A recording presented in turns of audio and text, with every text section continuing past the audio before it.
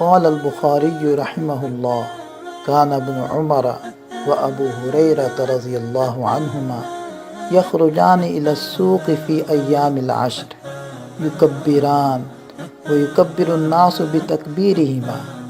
وکان عمر رضی اللہ عنہ یکبر فی قبتہ بمنى فیسمعہ اہل المسجد فیکبرون ویکبر اہل الاسواق حتی ترتج منى تکبیرا۔ امیر المؤمنین فی الحدیث امام بخاری رحمہ اللہ فرماتے ہیں حضرت ابن عمر اور ابو ہریرہ رضی اللہ عنہما وہ عشر ذوالحجہ کے دنوں میں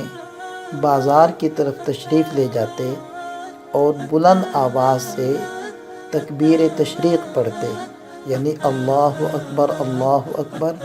لا الہ الا اللہ واللہ اکبر وللہ الحمد، اور لوگ ان دونوں حضرات کی تکبیر کو سن کر تکبیر کہتے، اور حضرت عمر رضی اللہ عنہ مینا کے اندر اپنے خیمے میں بلند آواز سے تکبیر کہتے تو مسجد والے ان کی تکبیر کی آواز کو سن کر تکبیر کہتے، اور بازار والے بھی تکبیر بلند آواز سے کہتے، یہاں تک کہ مینا تکبیرات کی آواز سے گونج اٹھتا۔ عشر ذوالحجہ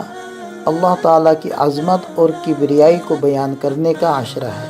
لہذا ہمیں چاہیے کہ ہم جب گھر میں آئیں یا گھر سے نکلیں، گلیوں سے گزریں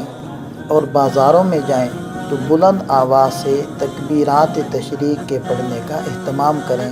کیونکہ یہی حضرات صحابہ کرام کی سنت ہے۔